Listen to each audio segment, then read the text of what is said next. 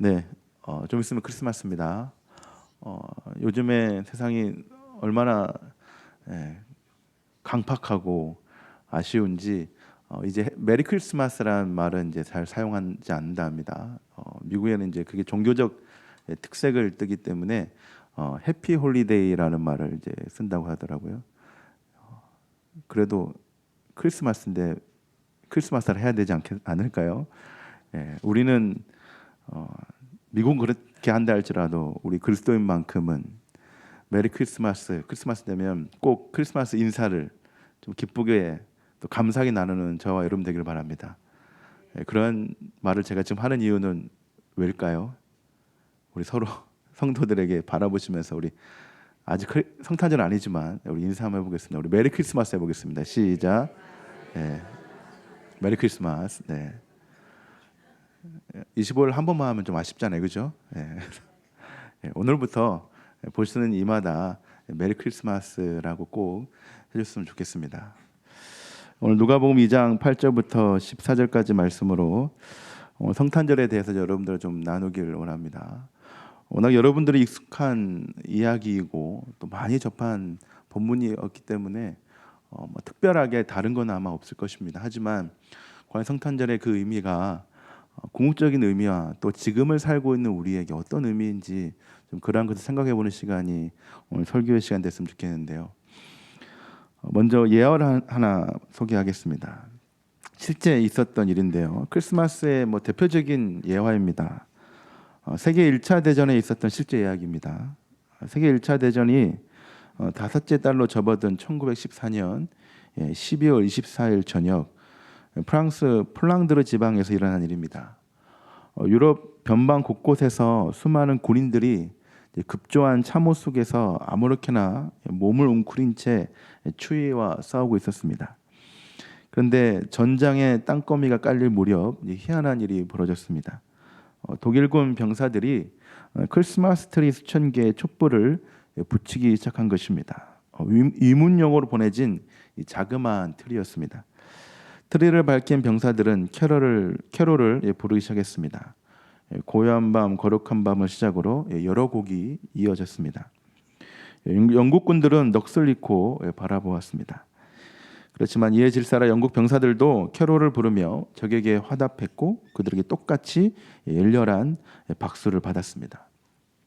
그러자 양쪽에서 몇몇 병사들이 참호 밖으로 기어나와 무인 지대를 가로질러 서로를 향해 걷기 시작했습니다. 수백 명이 뒤를 따랐고 곧 이어 수천 명의 병사가 참호 밖으로 쏟아져 나왔습니다. 그들은 악수를 나누고 담배와 비스켓을 건넸으며 가족 사진을 꺼내 보여주었습니다.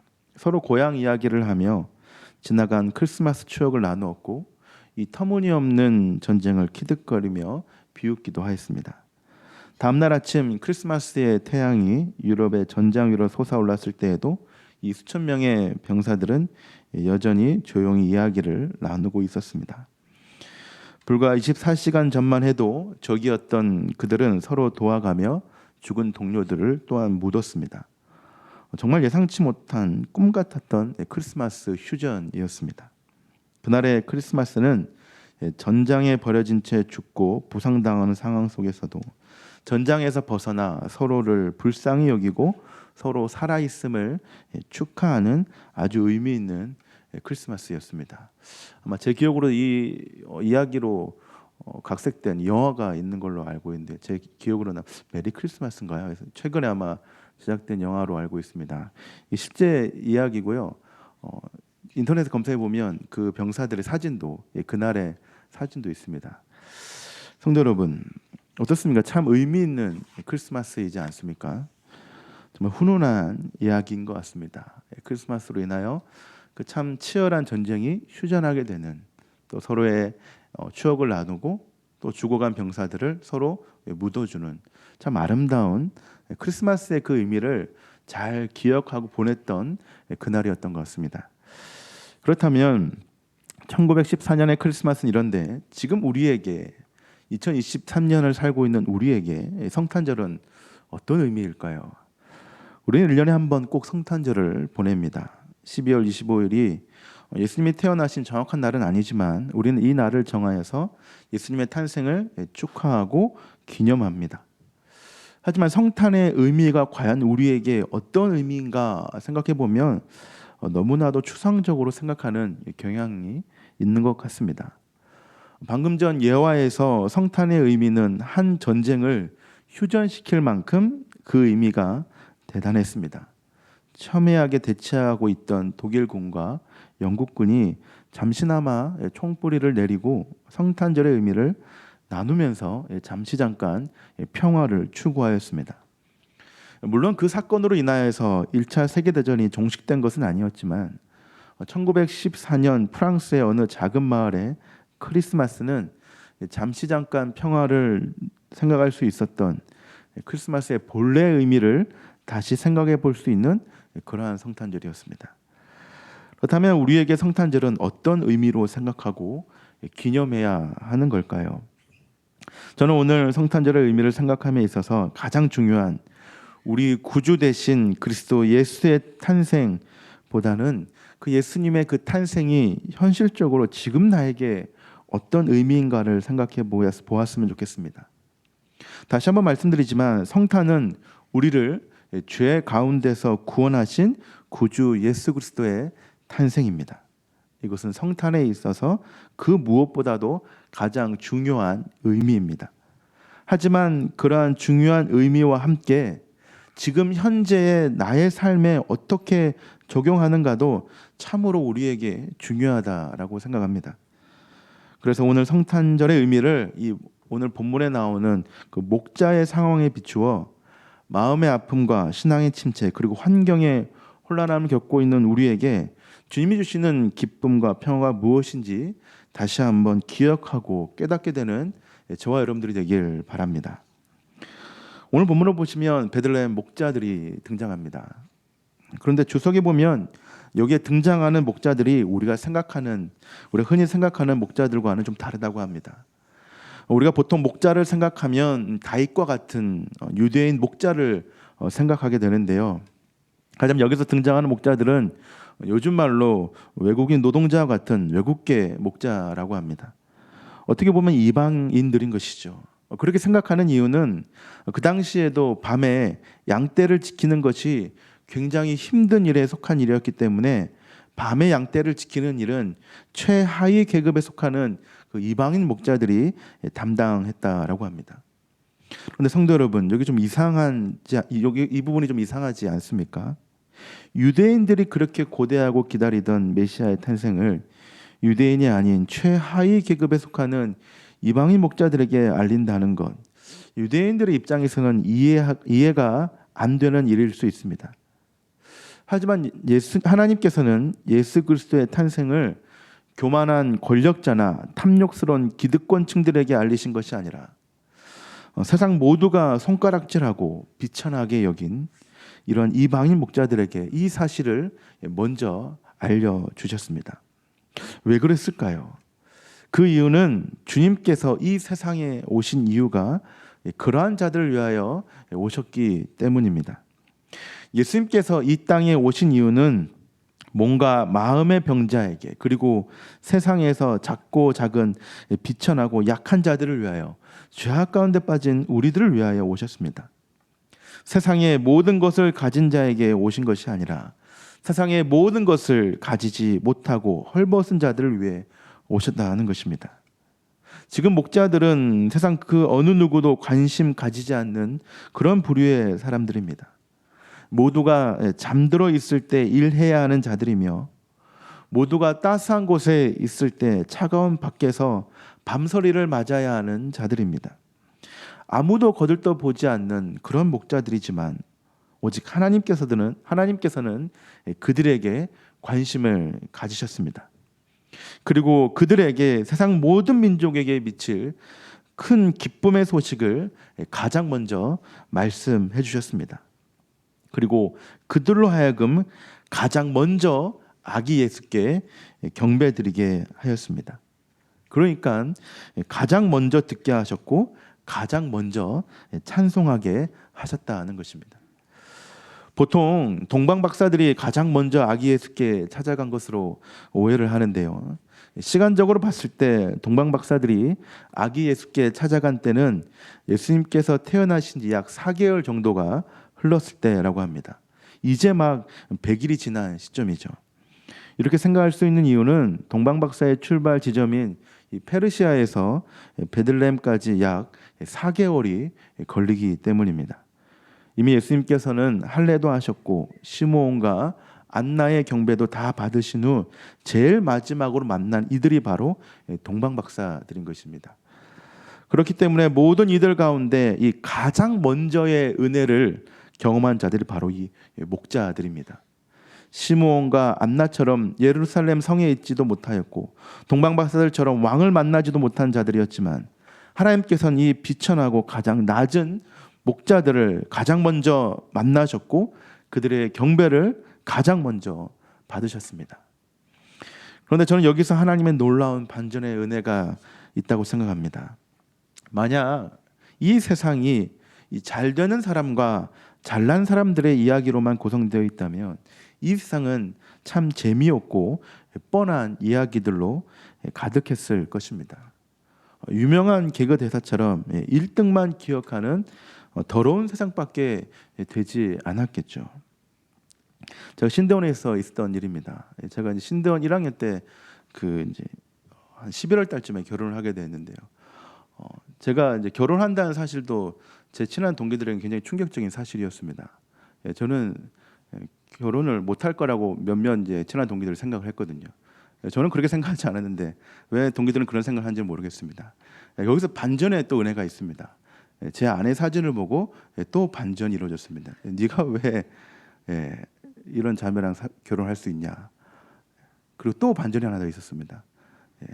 결혼할 제 자매의 나이가 7살 어린다는 거에 또 그래서 정말 평강공주와 바보 온달은 있구나라는 그런 말을 한 제 동기도 있는데요.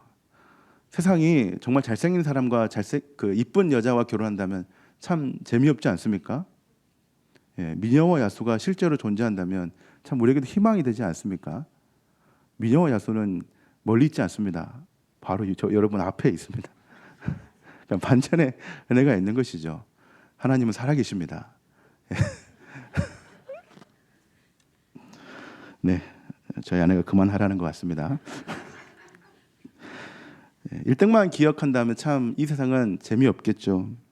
하지만 세상은 그렇게 했을지 몰라도 하나님께서는 절대 그렇게 하지 않으셨습니다. 하나님의 관심은 항상 제일 낮고 비천하고 아무것도 가지지 못한 자들에게 항상 향하고 있었습니다. 그리고 그들의 보잘것없고 부족한 경배와 찬양을 그 어떤 경배와 찬양보다 소중하게 받으셨습니다. 그렇기 때문에 하나님께서는 항상 세상과는 다른 반전을 통하여 세상의 높음과 지혜를 미련하게 하시고 낮음과 부족함을 다시 충만하게 하시는 그러한 반전의 은혜를 이 목자들에게 베푸신 것입니다. 하지만 하나님의 이 가장 먼저의 은혜는 여기서 끝나지 않습니다. 이어서 또 다른 가장 먼저의 은혜를 베푸십니다. 그것은 바로 이 기쁨의 좋은 소식을 가장 먼저 전하는 최초의 증인이 이 목자들이 되었다는 것입니다. 17절, 18절을 보시면 이런 말씀이 있습니다. 보고 천사가 자기들에게 이 아기에 대하여 말한 것을 전하니 듣는 자가 다 목자들이 그들에게 말한 것을 놀랍게 여기되라고 말씀합니다. 가장 먼저 아기 예수의 탄생을 듣고 가장 먼저 아기 예수께 경배를 한 목자들은 이제 가장 먼저 아기 예수의 소식을 전하게 됩니다. 이것은 우리 그리스도인들이 하는 모든 은혜와 일들에 대한 모범이 되고 처음이 되는 모습이라 할 수 있습니다. 그러니까 지금 목자들이 누리는 은혜와 그로 인한 이 목자들의 반응은 우리 모든 그리스도인들이 지금도 하고 있는 이 반응의 시작점이라고 할 수 있는 것입니다. 그렇지 않습니까? 우리는 아직도 여전히 주님의 복음의 소식을 듣고 있고 그리고 그 복음의 은혜를 받은 것으로 인하여 매주 하나님께 경배하고 있습니다. 그리고 이제는 우리가 받은 그 복음을 다른 사람들에게 전하는 그런 오늘과 같은 이 목자의 모습을 우리는 보여주고 있습니다. 그렇기 때문에 하나님께서는 지금 아주 작은 목자의 삶을 통하여 훗날 예수 그리스도를 믿는 모든 이들의 모범을 우리에게 아주 정확히 보여주고 있는 것이라 할 수 있습니다. 그렇다면 성도 여러분, 이러한 목자들이 받은 하나님의 은혜, 이런 목자들이 하나님께 받은 이 하나님의 사랑, 2023년을 보내고 있는, 그리고 2023년 성탄절을 기다리고 있는 우리와 과연 무슨 상관이 있는 걸까요? 다른 말로 말씀드리면 이러한 목자의 모습은 우리에게 그렇다면 어떠한 도전을 주고 있는 걸까요? 과연 그런 목자의 삶이 우리의 삶이 될 수 있는 걸까요? 성도 여러분, 그런데 우리가 곰곰이 생각해 보면 지금 목자의 삶이 저와 여러분들의 삶과 비슷한 점이 있는 것 같습니다. 지금 우리가 살고 있는 이 세상은 나에게 그렇게 크게 관심 있어 하지 않습니다. 우리는 이 세상에 점과 같은 존재이며 부각되지 않는 이만저만한 자들입니다. 그래서 세상 그 누구도 우리에게 관심 가지지 않은 채 캄캄한 밤 가운데 우리는 여전히 양떼나 치고 있습니다. 꼭 세상의 이방인과 같은 삶을 살고 있는 것이 저와 여러분들의 삶이라는 것이죠. 그러다 보니 어떻습니까? 세상 가운데 살아가는 저와 여러분들은 여전히 불안하고 평강하지 않습니다. 지금 우리가 원하는 것은 돈도 아니고 다른 어떤 것도 아닌 오늘 하루의 삶이 평안한 것, 단지 그것을 원하는데 그것마저도 우리의 마음대로 되지 않습니다. 그리고 우리의 믿음과 신앙은 또 어떻습니까? 끝이 보이지 않는 어두운 상태를 경험하고 있지는 않습니까? 나의 믿음이 더욱더 성장하고 커져가기를 원하는데 이 앞이 보이지 않으니 그 어떤 것도 할 수 없는 영적인 침체 또한 우리가 경험하고 있지는 않습니까? 그렇기 때문에 지금 우리에게 필요한 것은 나의 삶에 대하여 그리고 나의 이 믿음과 신앙에 대한 평안함입니다. 평강을 우리는 원하고 있죠. 세상의 요동침 속에서 바다 밑처럼 아주 잔잔하고 고요하고 평안한 모습, 그러한 삶을 저와 여러분들은 지금 너무나도 원하고 있다는 것입니다.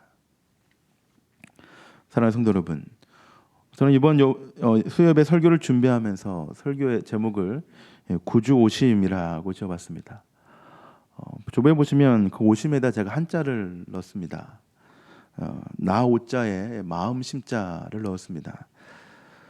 여기서 구주 오심에서 오심이라는 글자에 한자 나 오자와 마음 심자를 넣어보니 우리 구주께서는 지금 고통 가운데 있는 나에게 오셨고 상처받은 나의 마음 가운데 오셨다는 뜻이 되었습니다. 그러니까 2000년 전에 예수님의 탄생은 지금 오늘을 힘들게 살고 있는 나를 위한 탄생이고 상처받은 나의 마음을 치유하시기 위한 예수 그리스도의 탄생이라는 것입니다. 세상의 모든 관심은 나에게 멀어져 있고 나와 전혀 상관없이 이 세상은 흘러가지만 오직 예수님께서는 이런 나를 위해 오셨고 나를 위해 인간의 몸으로 오셨다는 것입니다. 저는 여기에 우리의 소망이 있다고 생각합니다. 예수님의 성탄은 우리의 죄를 씻는 것에만 있지 않습니다. 예수님께서 이 땅에 오신 이유는 저와 여러분들의 모든 문제와 어려움들을 위해서도 오셨습니다. 예수님께서 공생의 3년 동안 왜 병자들을 낫게 해주시고 가르치시며 수많은 기적을 베푸셨습니까? 그 이유는 단순히 구속의 은혜뿐만 아니라 그들의 삶과 형편에 대해서도 많은 관심과 은혜를 베푸신 것입니다. 물론 그 모든 것이 구속의 은혜와 믿음으로 향하고 있지만 사람들의 아픔과 어려움에 대해서 우리 예수님께서는 결코 간과하지 않으셨습니다. 그들이 지금 누려야 할 것, 그들이 지금 깨달아야 할 것, 그들이 지금 경험해야 할 것, 이 모든 것들에 대하여 아주 정확하게 베푸시고 또 주시기 원하셔서 이 땅 가운데 오셨다는 것입니다. 비록 우리는 캄캄한 밤에 양떼나 치고 있지만 하나님께서는 지금 내가 가져야 할 것을 나에게 정확하고 세밀하게 베풀고 계신다는 것입니다. 사랑하는 성도 여러분, 세상의 상식에는 최상위에 있는 사람이 최하위에 있는 사람을 만나지 않습니다. 더군다나 최상위에 있는 사람이 최하위에 있는 사람을 위해 존재하지도 않습니다. 오히려 최하위에 있는 사람이 최상위에 있는 사람을 위해 존재하는 것이 세상의 일반적인 상식입니다. 그런데 주님께서는 2000년 전 제일 높은 곳에서 제일 낮은 우리를 위하여 이 땅 가운데 오셨습니다. 그리고 사람과의 첫 만남 또한 제일 비천한 사람들과의 만남으로부터 시작하셨습니다. 이것은 세상의 상식으로 이해할 수 없는 부분입니다. 그런데 그러한 이해할 수 없는 일을 우리 주님께서 하시니 저와 여러분들에게는 다른 것이 임한 것이 아니라 오늘 말씀대로 평강이, 이 땅에는 하나님께서 주시는 평강이 임했습니다. 그러므로 하나님의 방법은 간단합니다. 오늘도 하나님께서는 제일 높은 하늘 위에서 제일 낮은 우리의 모습을 돌보고 계십니다. 그리고 우리에게 가장 좋은 것으로, 가장 유익한 것으로 자신의 모든 것을 베풀고 계십니다. 또한 우리의 더럽고 추악한 마음에 가장 아름다운 것으로 우리 하나님께서는 채워 주십니다. 그러니 이러한 하나님의 원리에 우리는 감사해야 하는 것입니다. 오늘 본문에 나오는 목자처럼 모든 것으로 인하여 하나님께 영광을 돌리는 저와 여러분들이 되어야 한다는 것입니다. 그런데 성도 여러분, 이쯤 돼서 우리에게 참 어려운 것이 하나 있는데요. 그것은 바로 이 모든 것을 다 알겠는데 하나님의 은혜를 우리가 기다린다는 것이 쉽지 않다는 것입니다. 자식이든 신앙이든 내 삶이든 나의 모든 삶의 분야든 어떻게 살아가는지는 알겠는데 과연 그런 하나님의 은혜가, 또 예수님께서는 나에게 언제 오시는가입니다. 언제까지 기다려야 하는가는 우리에게 굉장히 어려운 문제 중에 하나인 것 같습니다. 그런데 성도 여러분, 오늘 본문을 보시면 이러한 우리에게 도움이 되는 장면이 나옵니다. 그것은 바로 목자들이 이 천사들의 기쁜 소식을 들은 날입니다. 목자들에게 천사가 찾아온 순간은 아주 일상을 보내고 있는 그저 그런 보통의 날이었습니다. 어떤 특별한 날도 아니었고 그저 그런 날이었습니다. 그리고 목자들도 언제나 그랬듯 그런 보통의 날을 보내며 캄캄한 어두운 밤에 양떼를 지켰습니다. 하지만 하나님의 은혜는 그런 평범한 그 날에 임하였습니다. 준비하지 않고 예상하지 못한 그 날에 하나님께서는 가장 기쁘고 좋은 소식을 전해 주셨습니다. 저는 이것이 하나님의 은혜를 기다리는 우리의 자세라고 생각합니다. 하나님께서 우리에게 요구하시는 것은 하나님의 은혜, 나의 은혜가 무엇인지가 아니라 하나님의 그 은혜를 언제까지 기다리는가입니다. 물론 본문에서의 목자들은 하나님의 좋은 소식을 기다린 것은 아니지만 이 자신의 삶에서 성실함을 보였을 때, 그 자리를 지켰을 때, 그때 하나님의 좋은 소식을 이 목자들은 듣게 되었습니다. 하나님께서도 지금 우리에게 요구하시는 것은 내가 은혜 주는 날이 12월 25일이니 그때까지 기다려라가 아니라 그때가 언제인지 몰라도 끝까지 기다리며 삶과 신앙의 성실함을 보이는 것, 그것을 하나님께서 우리에게 원하신다는 것입니다. 사랑하는 성도 여러분, 날짜를 알면 좋죠. 지금 나에게 기쁘고 좋은 소식이 언제 들리는지, 하나님의 은혜가 언제 나에게 임하는지 그 날짜를 안다면 그것만큼 좋은 것은 없을 것입니다. 하지만 안타깝게도 우리는 그날을 알 수는 없습니다. 내일 천사를 통하여 기쁘고 좋은 은혜의 소식이 임할는지, 아니면 내년에 그것이 임할는지 알 수 없지만 우리는 오늘도 우리에게 주어진 이 양떼를 지키는 일을, 일상의 삶을 우리는 성실하게 살아가야 한다는 것입니다. 오늘이 힘들다고, 내일이 기대가 되지 않는다고 나의 모든 신앙과 삶을 자포자기하는 것이 아니라, 오늘 비록 나의 삶이 이 목자들처럼 최하위의 삶을, 최악의 삶을 살아간다 할지라도 우리는 오늘을 버티며 주님의 기쁘고 좋은 소식을 묵묵히 기다려야 할 것입니다. 기다린다면 하나님께서는 우리에게 아주 정확한 타이밍에 기쁘고 좋은 소식을 들려주실 것이고, 그리고 보여주실 것입니다. 그러니 나의 모든 것이 회복되는 그 순간이 언제인지 몰라도 캄캄한 밤에 하나님의 기쁜 소식을 경험한 이 목자들처럼 묵묵히 기다리며 그날의 기쁨과 평강의 순간을 기대하는 저와 여러분들이 되길 바랍니다. 말씀을 마무리하겠습니다. 성도 여러분, 전 설교 초반에 1차 세계대전에 일어났던 크리스마스의 기적을 말씀드렸습니다. 크리스마스로 인하여 총성이 멈췄고 서로 죽고 죽이는 일들이 멈추게 되었습니다. 그들의 전장에는 하나님의 평안만이 가득하게 되었습니다. 그리고 오늘 본문에서는 최하위 계층으로 살고 있는 목자들에게 가장 먼저 주시는 은혜를 베푸시면서 하늘에는 영광이요 땅에는 평화로다라는 기쁨과 평강의 소식을 이 목자들이 듣게 되었습니다. 이 두 이야기를 보면 공통적으로 우리가 알 수 있는 것은 주님의 오심은, 주님의 성탄은 곧 그곳에 평강이 임한다는 것입니다. 죄에서의 평강, 관계에서의 평강, 우리 모든 삶에서의 평강이 임한다는 것입니다. 지금 저와 여러분들의 인생에 가장 중요한 것은 어떻게 보면 주님이 주시는 평강이 필요하다는 것입니다.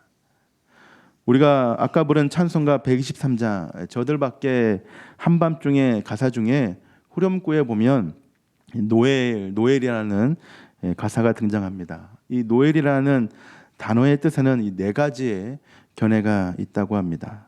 그 중에 한 뜻이 바로 이제는 평안하다의 영어의 준말인 now well에서 파생되었다는 견해도 있다고 합니다. 뭐 여러 가지 뜻이 있으니 어떤 뜻이 정확히 맞는지는 알 수 없겠지만, 저는 이 now well, 이제는 평안하다라는 뜻이 너무 좋은 것 같습니다. 지금 저와 여러분들에게 필요한 것은 평안입니다. 목자들이 천사로부터 들었던 그 기쁘고 큰 평강의 소식, 오직 주님으로부터 주어진 죄에서의 평안, 나의 모든 삶의 어려움 속에서 주시는 평안, 우리 안에 막혔던 모든 것들이 다시 풀어지게 되는 그러한 평안, 그러한 평안을 지금 우리는 원하고 있습니다. 사랑하는 성도 여러분, 구주 오심, 우리 주님께서 나의 삶과 마음 속에 오실 때 우리는 비로소 진정한 평안을 누릴 수 있습니다. 그런 의미에서 여러분들에게 다시 묻겠습니다. 성도 여러분, 성도 여러분들에게 이 성탄절은 어떤 의미입니까? 저 목자들처럼 최하위, 최악을 겪고 있는 우리에게 참 평안의 의미를 되새기는 날입니까? 성도 여러분, 성탄절은 그 자체로 평강과 기쁨의 날입니다. 다른 것을 해서가 아니라 이미 2000년 전 예수님께서 우리를 위하여 오심으로 이 땅 가운데 평강을 선포하셨습니다. 그러니 저 목자들처럼 기쁘고 좋은 소식을 그대로 받아 누리시기 바랍니다. 그래서 다른 것을 찾는 것이 아니라 오직 주님의 이 성탄절의 참 의미를 되새김으로 내 인생의 진정한 기쁨과 평강을 누리시는 저와 여러분들이 되길 바랍니다. 그래서 결국에는 저와 여러분들의 고백 가운데 이 now well, 이제는 평안하다라는 그 확신에 찬 고백이 저와 여러분들의 삶 가운데 크게 울려 퍼지는 저와 여러분들이 되길 바랍니다.